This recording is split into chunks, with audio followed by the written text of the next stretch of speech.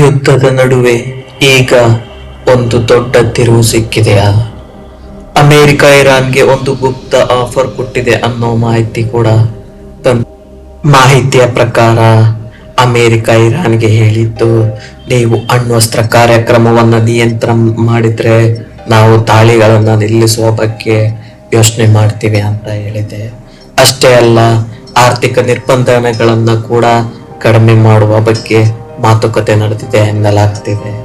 ಇದಕ್ಕೆ ಇರಾನ್ ಕೂಡ ತನ್ನ ಷರತ್ತುಗಳನ್ನ ಇಟ್ಟಿದೆ. ಅಮೆರಿಕ ಮತ್ತೆ ಇಸ್ರೇಲ್ ದಾಳಿಗಳು ನಿಲ್ಲಬೇಕು, ನಂತರ ನಮ್ಮ ಮೇಲೆ ಹಾಕಿರುವ ಆರ್ಥಿಕ ನಿರ್ಬಂಧ ತೆಗಿಬೇಕು, ಅದಾದ್ಮೇಲೆ ಮಾತ್ರ ಮಾತುಕತೆ ಸಾಧ್ಯ ಅಂತ ಇರಾನ್ ಹೇಳಿದೆ. ಆದ್ರೆ ತಜ್ಞರು ಹೇಳುತ್ತಿರುವುದು ಏನಂದ್ರೆ, ಈ ಮಾತುಕತೆ ಯಶಸ್ವಿ ಆಗದಿದ್ರೆ ಯುದ್ಧ ಇನ್ನಷ್ಟು ದೊಡ್ಡದಾಗಬಹುದು ಅಂತ.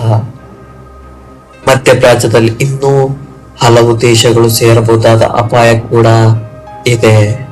ಇದೀಗ ಎಲ್ಲರ ಪ್ರಶ್ನೆ ಒಂದೇ, ಈ ಅಮೆರಿಕ ಆಫರ್ ಯುದ್ಧ ನಿಲ್ಲಿಸುತ್ತಾ ಅಥವಾ ಇದು ಮತ್ತೊಂದು ರಾಜಕೀಯ ತಂತ್ರನ? ನಿಮ್ಮ ಅಭಿಪ್ರಾಯವನ್ನ ಕಮೆಂಟ್ ನಲ್ಲಿ ತಿಳಿಸಿ. ಇಂತಹ ಪ್ರಮುಖ ಅಂತಾರಾಷ್ಟ್ರೀಯ ಸುದ್ದಿಗಳಿಗೆ ಚಾನಲ್ ಅನ್ನ ಸಬ್ಸ್ಕ್ರೈಬ್ ಮಾಡಿ.